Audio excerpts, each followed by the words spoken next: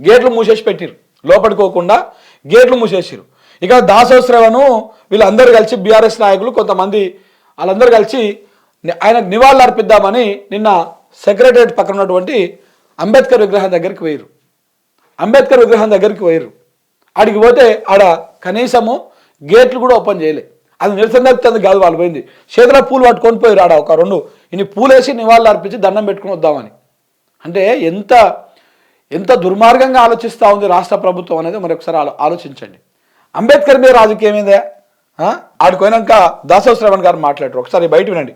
ప్రజలందరికీ సందర్శన నిమిత్తం వెసులుబాటు కల్పిస్తుందో అంబేద్కర్ ఎందుకు జైల్లో పెట్టారు రేవంత్ రెడ్డి? వాళ్ళ Ambedkar has been imprisoned by Revanth Reddy today.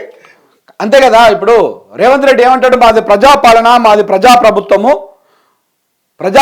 మాది ప్రజాపాలన, మా దగ్గర సంఖ్యలు ఉండవు, మా దగ్గర నిర్బంధాలు ఉండవు అని చెప్పేసి పొడుగు మాటలు మాట్లాడారు కదా మంత్రులు కానీ ముఖ్యమంత్రి గారు కానీ వీళ్ళందరూ కానీ. మరి ఎందుకు ఈ నిర్బంధం ఎందుకు సార్? అంబేద్కర్కి నిర్బంధం ఎందుకు సార్?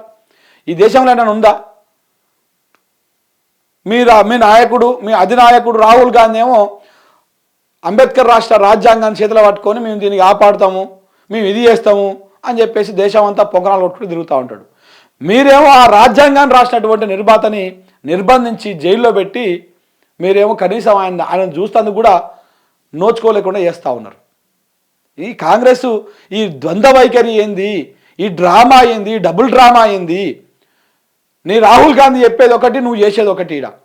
ఆయననే రాజ్యాంగం చేతులు పట్టుకొని ఇగో మేమే దీనికి మోతవర్లం దీన్ని కాపాడిక, మోడీ మొత్తం దీన్ని ఆగం చేస్తూ ఉంటాడు, ఆయన తిరుగుతూ ఉంటాడు, ఈయన ఇట్లా నిర్బంధం చేస్తూ ఉంటాడు. ఇదేనా ప్రజాపాలన? ఇందిరమ్మ రాజ్యం అంటే గిట్లనే ఉంటుందా? చెప్పు. ఇంకా గేట్లకు తాళాలు వేసి కనీసం ఎవరు కూడా లోపలికి పోకుండా, దండలు వేయకుండా, నివాళులు అర్పించకుండా అంబేద్కర్ ని వాళ్ళ బందీ చేసినాడు, నిర్బంధానికి గురి చేసినాడు. ఈ నిర్బంధం అంబేద్కర్ కేసింది కాదు, మొత్తం తెలంగాణ సమాజానికి కేసినటువంటిది. ఇది నిర్బంధ తెలంగాణకు నిదర్శనం అని చెప్పని ఈ సందర్భంగా తెలియజేస్తాను. నేను రేవంత్ రెడ్డి గారికి ఒకటే విజ్ఞప్తి చేస్తా ఉన్నా, ఇవాళ నువ్వు ఉంటావు, రేపు ఇంకొకరు వస్తారు, కానీ అంబేద్కర్ చిరకాలం ఉండేటువంటి ఒక విగ్రహం 100%. అది కేసీఆర్ కట్టినాను ఇంకెవరు కట్టిన కోపం పెంచుకున్నాడు. కానీ ఇవాళ ఈ ప్రభుత్వం ఉంటుంది, రేపు ఇంకొక ప్రభుత్వం ఉంటుంది, ఆ తర్వాత ఇంకో ప్రభుత్వం వస్తుంది. కానీ అంబేద్కర్ స్టాచ్యూ ఆడ పర్మనెంట్. అది కొన్ని 100 ఏళ్ళు అలా ఉండిపోతుంది టీవీగా. తెలంగాణకు ఒక చిహ్నంగా ఉండిపోతుంది.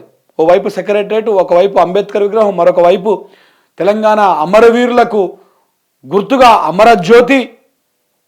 ఇవన్నీ కూడా అలా ఉండిపోతాయి, తెలంగాణ చరిత్రలో ఉండిపోతాయి. నువ్వు ఇలా ఏదో 5 ఏళ్ల కోసం ఒక జీతం చేస్తేందుకు జీతగాని లెక్క ఎక్కినావు. నువ్వు నీ జీతం 5 ఏళ్ళ నాడు ఒడిచిపోతుంది.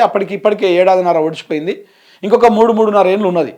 ఈ 3.5 ఏళ్ళల్లో నువ్వు దిగిపోతావు, ఇంకొకటి వస్తాడు, ఇంకొక జీతగాడు వస్తాడు తెలంగాణకి. అంతే.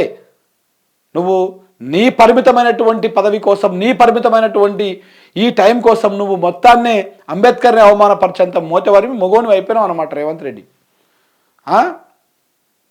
ఇక ఈడికి పోయి ఎన్నికలేం కథ కాదు. కానీ అంబేద్కర్ యూనివర్సిటీకి పోయి నిన్న ఆడ విగ్రహాన్ని ఓపెనింగ్ చేసిండు.